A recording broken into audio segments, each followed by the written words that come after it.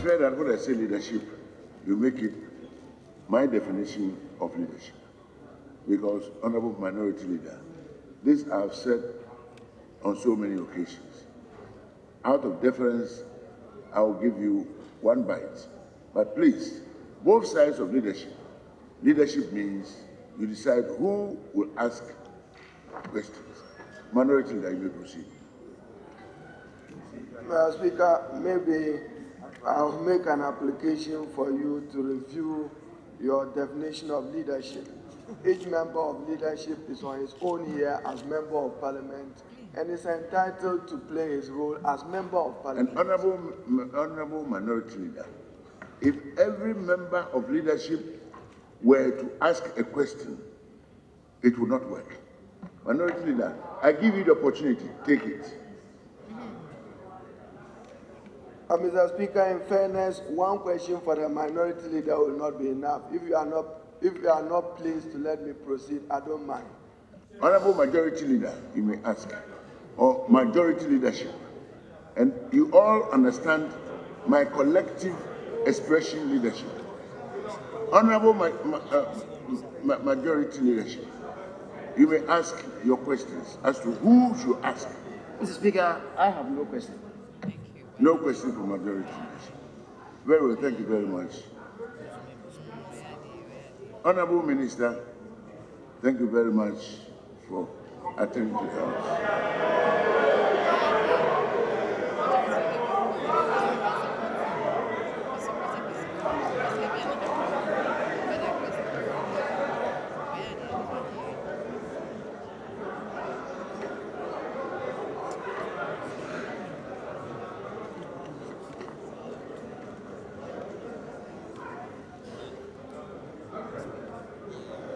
Honorables, I will vary the order of business slightly and move on to commencement of public business. Presentation of papers. Item 5A by the Minister for Foreign Affairs. Item 5A, Minister for Foreign Affairs.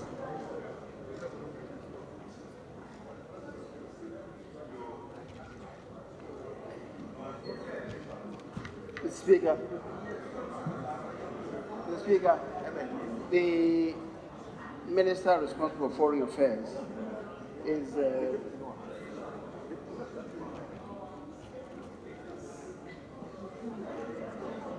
is she's caught up in another meeting, and she's sent ahead the Deputy Minister to do the laying of the paper on her behalf. So, with your approval and that and the indulgence of the House, Speaker, the Deputy Minister may be permitted to do the presentation of the paper on behalf of the Minister.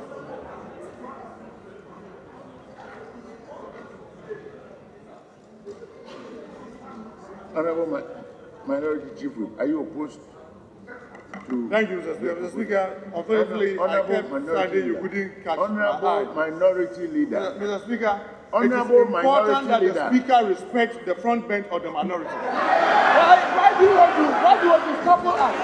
You have to give us space to be able to put our view. Mr. Speaker, you cannot stifle the space for the minority leadership. Mr. Speaker, yesterday, the day before yesterday, there were questions that were supposed to be asked yesterday in this House. They were not on the other paper. You didn't give us the opportunity to raise them. Yesterday, we advertised. There were questions to be asked today again. They've not been put on the other paper. You are not giving us the opportunity to even air our views. Why? No, we raise it at the leadership meeting. Why? If you don't want us here, we want us. So that you take the House. If you don't want us to be here,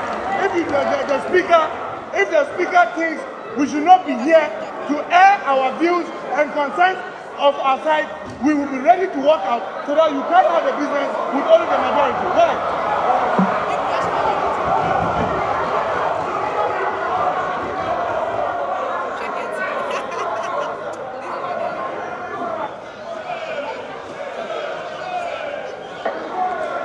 Honorable Majority Leader.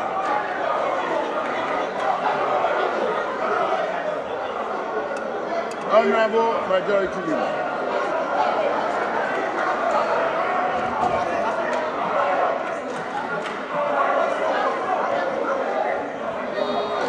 Honorable Order.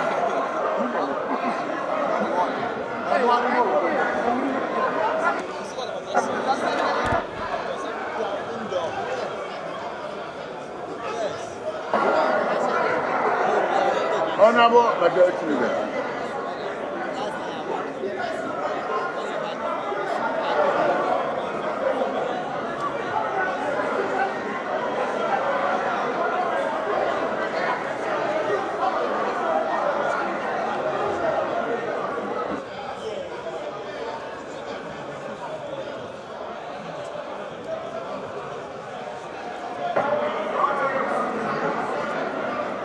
Mr. Speaker.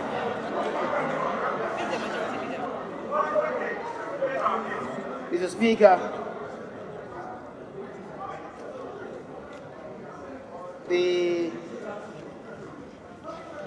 if a colleague has any issue about a directive given by the Speaker, I believe that the orders provide the avenue to address the matter.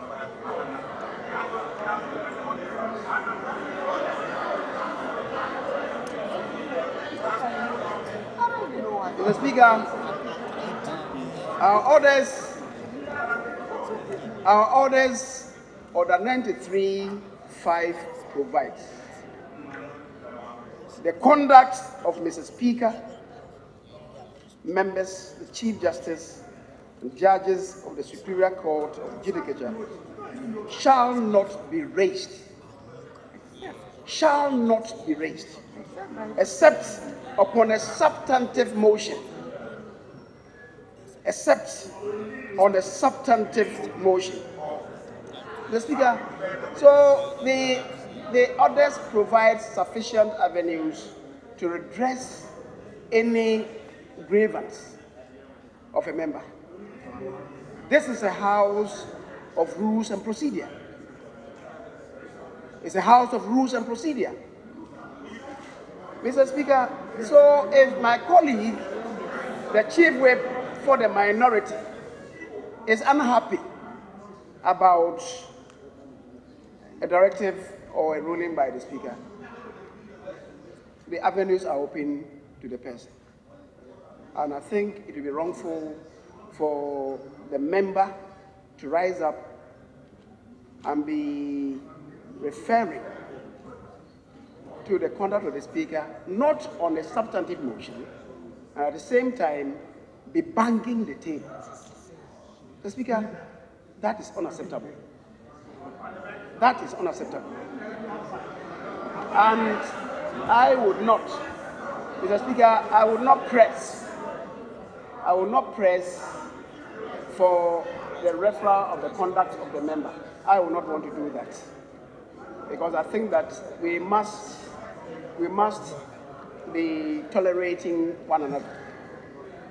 So, Mr. Speaker, except to caution my colleague that if he has any strong feeling, avenues are open. By the orders, he could resort to those avenues and not what he has just done. That is most unparliamentary. Mr. Speaker, I thank you.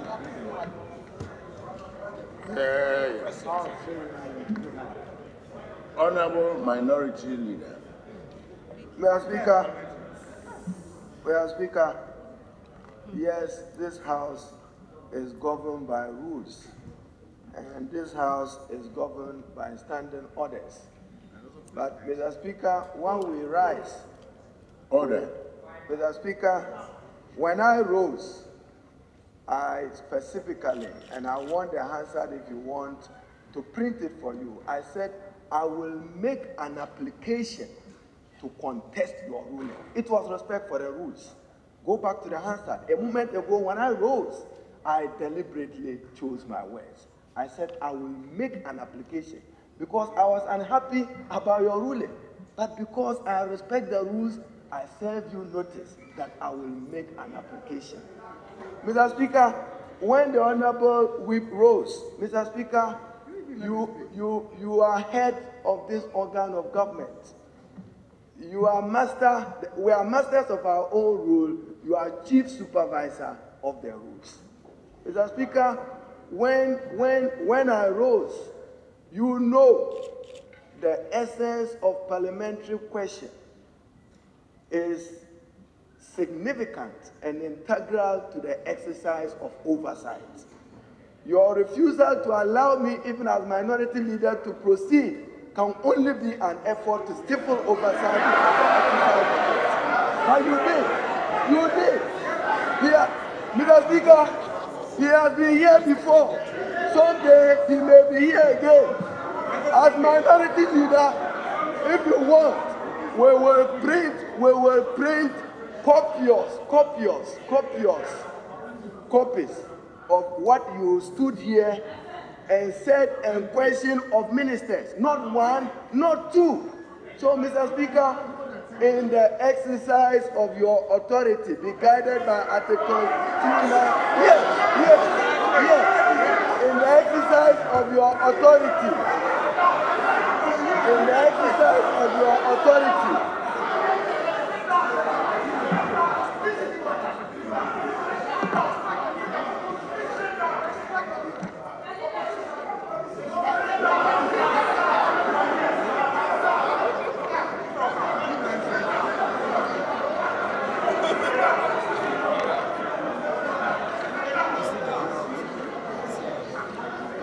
Mr. Speaker,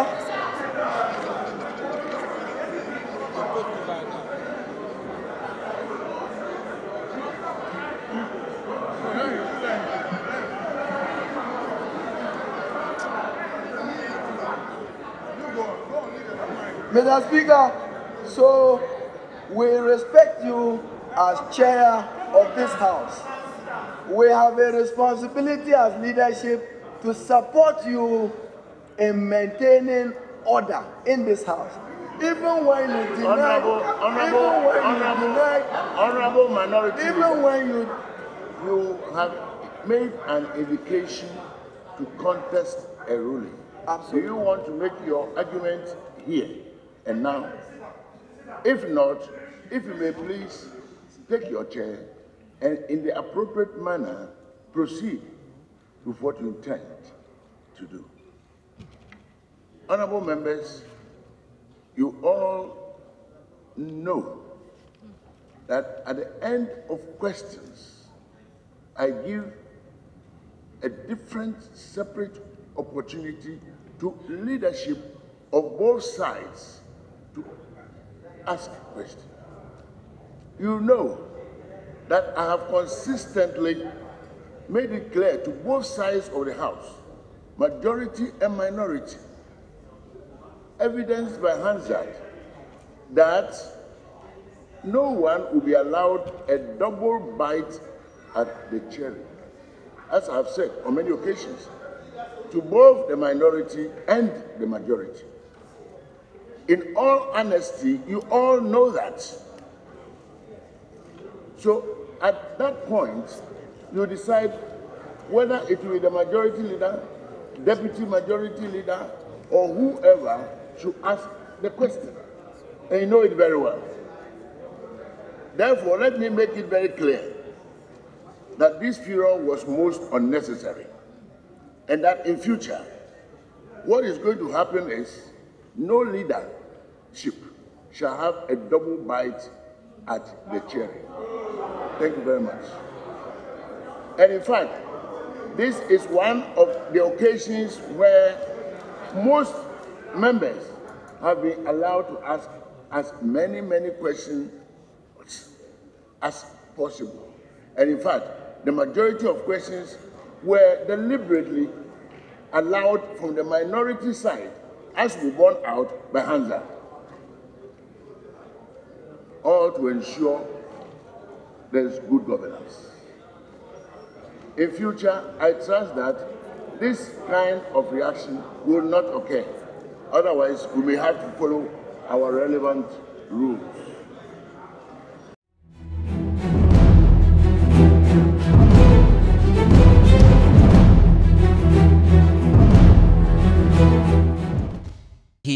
angrily raised concerns on the floor of Parliament about how the Speaker has handled the business of the House today and even before. What exactly are your issues? Well, thank you and good afternoon to your listeners. Let me say it's been very worrying.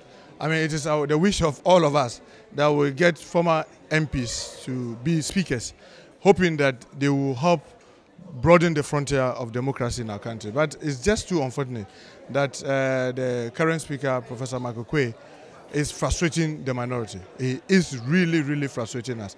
And the sad thing is that he's just denying us even the opportunity to be heard. That's the least, is the cheapest and the common thing that all minorities around the world can easily have. Just say what you want to say so that you can be ruled out or denied what you want. Look, the other paper of the House is a very important paper. The business that are put on the other paper are things that are decided at the business committee. And in the business committee, if you look at the composition, it's composed of both sides, the leadership. Yesterday, if you remember, there were questions today to be answered by the foreign minister, by the interior minister, and other questions. You just come in the morning and then the questions vanish. Nobody even has the courtesy. Nobody in the leadership will have the courtesy to just tell you that, oh, because of A, B, C, D, this is the reason. I want to challenge them. When we were in the majority, I was in charge. And in the night, we would do everything to first get a member of the leadership to tell them why, and then to get the member to tell him why. The sad thing is that you notice of late, a member from the minority leadership will be up and the speaker will just not call you. Look, we don't speak for ourselves. We don't get up from the minority front to speak for ourselves. We speak for our group. So when someone is having something that he wants to say and you know he will not be called, he will come and tell those in the leadership. If you remember the day before yesterday, I stood up for almost 15 minutes. When we were doing these agents, whether the bills were agents, the process we used was wrong. Because the Constitution, Article 106(13), clearly says that it's the duty of the committee. I wanted to raise the speaker's decision. He would not call. Yesterday in the morning, we went to his office to draw his attention that when we get up, just hear us. He will not. This morning, you saw it. I was up. He would just not call until I seized the opportunity when they wanted to sort permission for a deputy minister. And when I started speaking, if you can go and play the decision, he won't even let me speak. And it is so frustrating. You remember he has had the same issue with Honorable Haruna Edisu, the last meeting. Many times the minority leader will be up, he won't. Check the records, check the Hansard. J.H. Mensah could be up standing for 2 hours and he will be heard. When we came to Honorable Babin, yes, initially there were challenges. He had free space. 8 months ago, minority leader, after somebody has asked his question, the same today majority leader, Che, who asked more than 20 questions. All of a sudden, you want to make the space so narrow that minority will not even have the opportunity to vent what they want to say. Then what are we sitting there doing? Okay, so even to the extent that earlier in the day, you threatened that you, the minority, were going to walk out if the speaker wasn't going to give you the opportunity to speak on the floor. Weren't you taking this too far? Tell me, what are we sitting there doing? If he won't allow us to be heard, he won't give us the space to do anything, then what are we sitting there doing? We are sending notice that, look, it is our wish that we all rally around our father, because the Speaker of the House symbolizes all of us. We wish to rally around him. It's not that we don't know the rules of this House. It will be bad on the image of Parliament if the minority come on a motion to challenge the decisions of the Speaker. It will be part of the record. Say, when the minority, we have the numbers, say, may God forbid, let's not get there, that we use our number to say that we are starting the process of impeaching the Speaker. These are bad things to all of us. Is that something you are considering, getting the Speaker impeached and starting the processes to that effect? We really don't wish to get there. That's why we are sending the notice to Mr. Speaker. That with the greater respect, he should be mindful of Article 296 of the Constitution. That says that any time a discretion is given you, that discretion should be used in a manner that do not undermine others. We hope that he will take these lessons and at least help to create cordiality in the House so that we don't periodically have this kind of frustration. Just for clarity, so that bit about the Constitution giving the opportunity to even impeach the Speaker if you want to, is that something the minority are ready and willing to? No, I'm saying that we are sending notice. If the Speaker doesn't take this notice serious, obviously he will push us to consider the other things the standing orders has given us a privilege to be able to do, which we do not want is to stand in the official records of the House against him, because we believe that he's leading all of us. He symbolizes all of us. He is the one to lead us, and it's too early in the day. He should just sit up, help us so that we'll help him to make sure that the House runs very effectively without the necessity of us getting even closer to the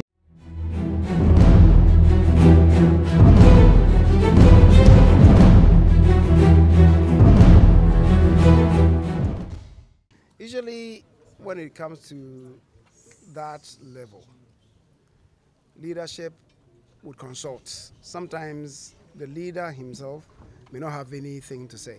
So he would yield to any of his deputies, including the whips.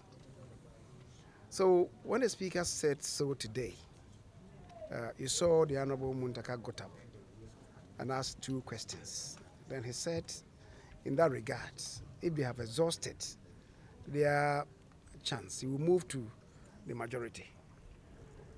But the minority leader got up, and the speaker said, having asked 2 questions, the leadership of the minority having asked 2 questions, he would then ask him if he wants to continue, because don't forget Muntaka had sat down. If he wants to continue, then he will grant him space to ask 1 more question. Then he said, the minority leader then said that, well, if the speaker is not minded to give him space to ask many more questions, then he would abandon the opportunity granted, and then sat down. The speaker then asked me, and I said I had no question to ask. And neither did any of my colleagues in the leadership in the majority indicate to me that they wanted to ask a question. So that ordinarily will bring proceedings, as far as that question is concerned, to a halt. I think my colleagues in the minority did not take kindly to that. Now, Parliament is a house of rules. So in that case, you want to know what our rules provide. And I want to read for us and for the elucidation of the people who are listening to us what it is that I refer to. The orders provide in Order 99, and with your permission, let me read.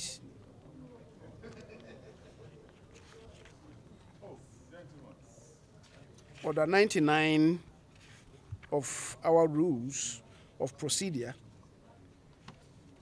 In fact, before then, let me read Order 98, which says, Mr. Speaker shall be responsible for the observance of order in the House